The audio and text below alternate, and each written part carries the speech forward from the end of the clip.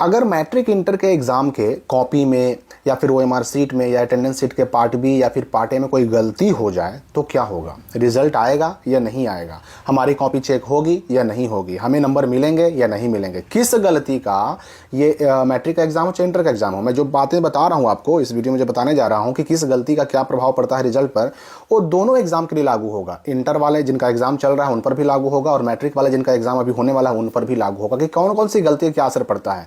और जो गलतियां इंटर के बच्चे कर रहे हैं मैट्रिक के बच्चे उन गलतियों करने से बच जाएं, किस गलती की वजह से रिजल्ट पेंडिंग में जाता है, सारी बातें हम करेंगे इस वीडियो में। देखिए ये जो कॉपी आप देख रहे हैं, हम शुरुआत करते हैं कॉपी से।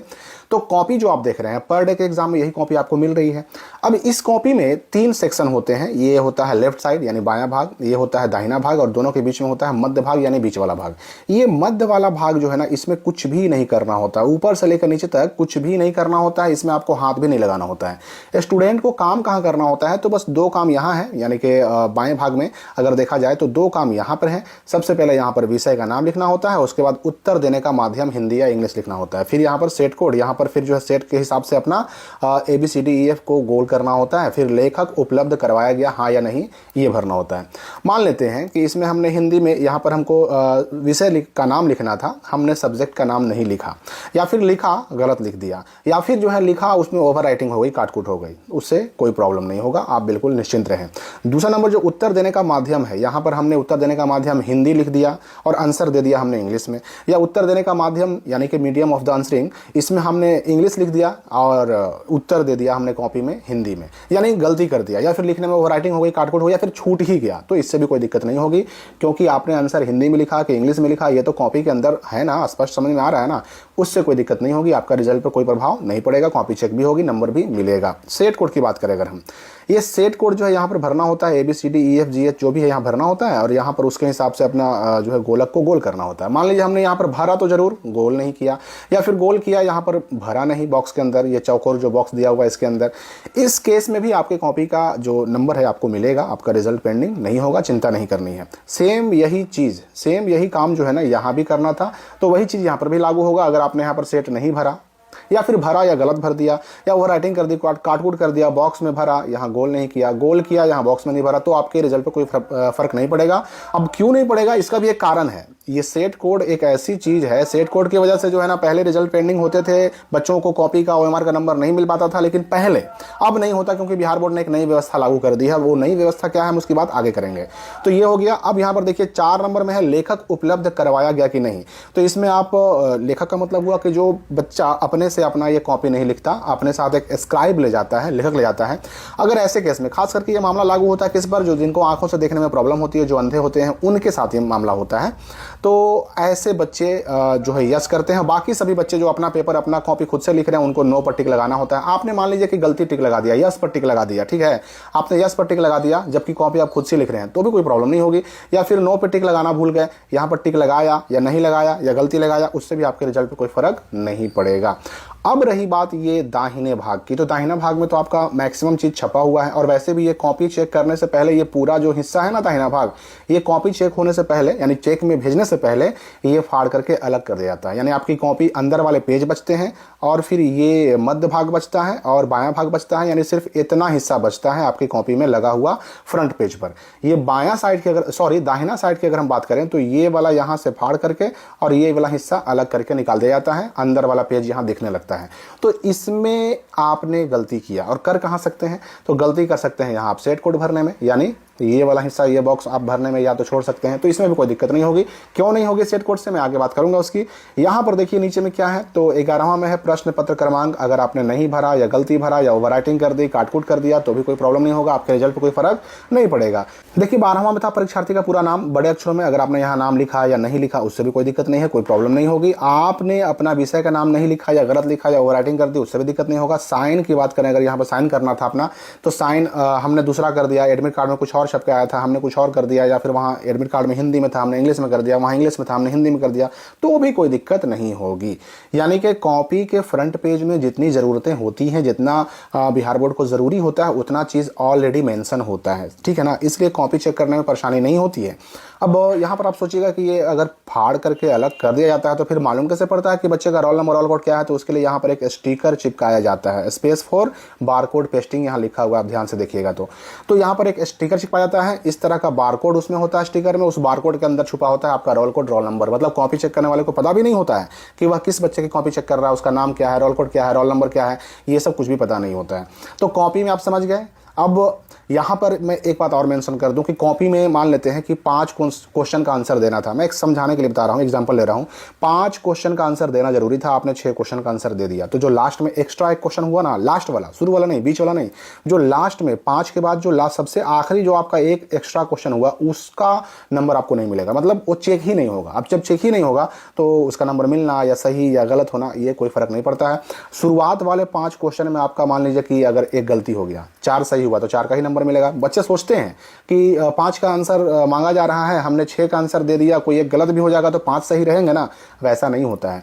शुरुआत वाले 5 आपके गिने जाएंगे और शुरुआत वाले 5 को ही चेक किया जाएगा। शुरुआत वाले 5 में से अगर 2 ही सही हुआ तो 2 ही का नंबर मिलेगा। लास्ट वाला एक क्वेश्चन आपने जो एक्स्ट्रा लिखा वो चेक ही नहीं होगा, सही हो चाहे गलत हो, ठीक है ना। शुरुआत वाले 5 क्वेश्चन ही चेक होते हैं, उसी के हिसाब से आपको नंबर मिलता है। सही जितना उतना नंबर मिलेगा, जितना गलत उतना का नंबर नहीं मिलेगा। अब आते हैं हम ओएमआर शीट पर। देखिए ओएमआर शीट में क्या गलती कर सकते हैं आप यहाँ पर साइन करना छोड़ सकते हैं या गलती कर सकते हैं, एडमिट कार्ड से दूसरा साइन कर सकते हैं, इससे भी कोई प्रॉब्लम नहीं होगी, क्योंकि जो भी चीज़ें चाहिए डिटेल्स वो ऑलरेडी यहाँ छपा हुआ है।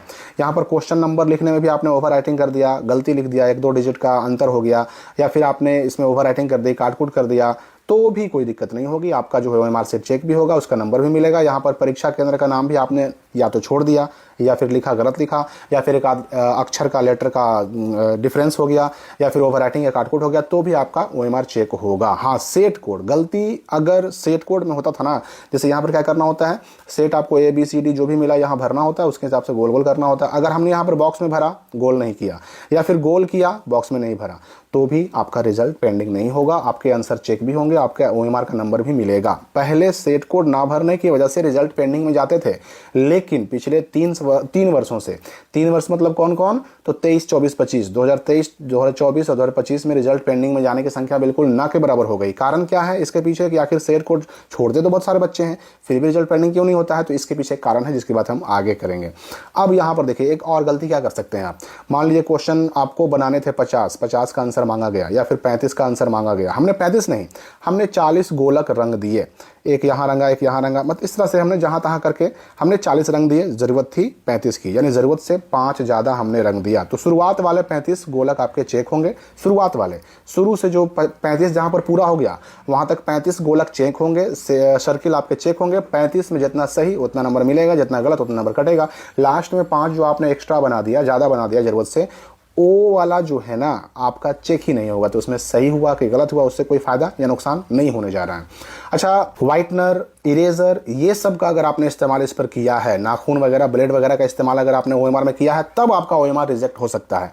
लेकिन क्वेश्चन में थोड़ा बहुत गलती अगर कर देते हैं या एक्स्ट्रा बना देते हैं, या फिर मान लीजिए कि एक गोलक हमने पूरा गोल रंग दिया, दूसरा में एक जो है हल्का सा लग गया मेरा निशान, तो ऐसे केस में पूरा ओएमआर रिजेक्ट नहीं होता है। ओएमआर रिजेक्ट होता है तो बहुत ज़्यादा गंदा होने से, मूड़ा होने से, या फिर इस पर व्हाइटनर लगाने से, या इस पर इरेजर या ब्लेड या नाखून लगाने से ओएमआर रिजेक्ट होता है, पूरा का पूरा रिजेक्ट हो जाएगा, इसका नंबर नहीं मिलेगा।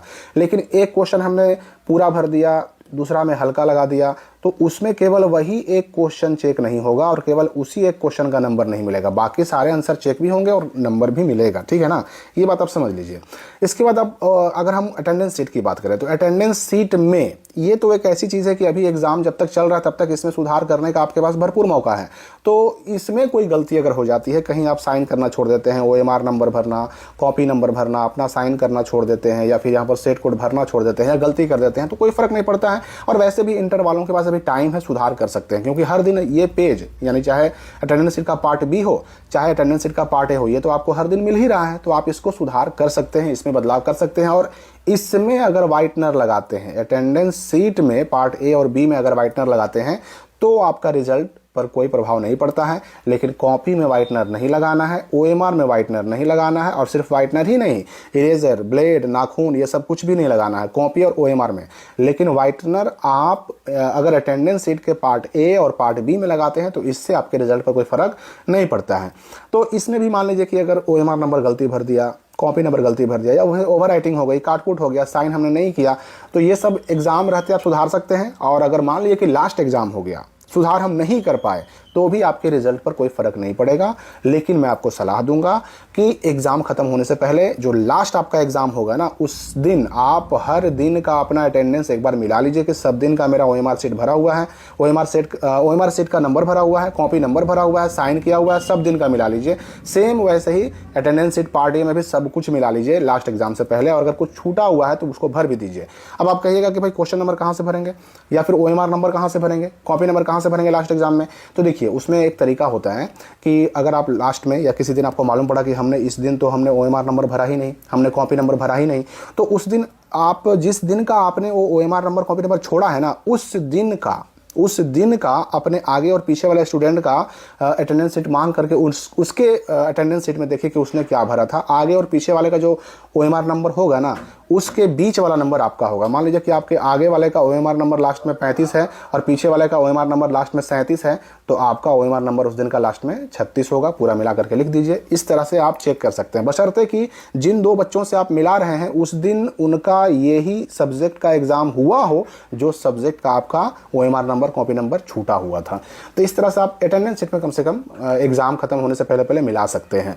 तो अब मैं जो बात कर रहा था कि आखिर वह कौन सी चीज़ है जिसकी वजह से सेट कोड, कॉपी या ओएमआर में छूट जाने से भी अब रिजल्ट पेंडिंग नहीं होता, तो वो चीज़ है एब्सेंटी सीट। अब बिहार बोर्ड ने क्या कर दिया है ना कि एक अलग से पेपर्स हर सेंटर पर भेजता है एब्सेंटी सीट, और उसमें सारे बच्चों का जो है ना रोल नंबर के सामने उनका जो है सेट कोड भरवा करके अलग से भेजा जाता है। और सेट कोड भरने का काम ये बच्चों का नहीं होता, ये टीचर भरते हैं। तो एब्सेंटी सीट की वजह से ये बच्चों का सेट कोड छूटने से भी अब रिजल्ट पेंडिंग में नहीं जाता है। तो एब्सेंटी सीट क्या होता है, कैसा होता है, क्या उस पर काम करना होता है, इसके लिए अलग से वीडियो आ रहा है। इस वीडियो को इतना ही। अगर आपने ये सारी गलतियां की हैं तो बिल्कुल टेंशन फ्री रहें, अपने आगे का एग्जाम बिल्कुल बिंदास होकर के दीजिए। ये नहीं कि एक गलती हम करके आ गए तो हम टेंशन में अपना बाकी का एग्जाम खराब कर लें, ये काम नहीं करना है आपको। बिल्कुल बेफिक्र होकर एग्जाम दीजिए, आपका रिजल्ट होगा, कॉपी भी चेक होगी, ओएमआर भी चेक होगा, जो नंबर मिलना चाहिए उतना नंबर भी मिलेगा। बिंदास होकर के एग्जाम दीजिए। तो मिलते हैं अगली वीडियो में नए अपडेट के साथ।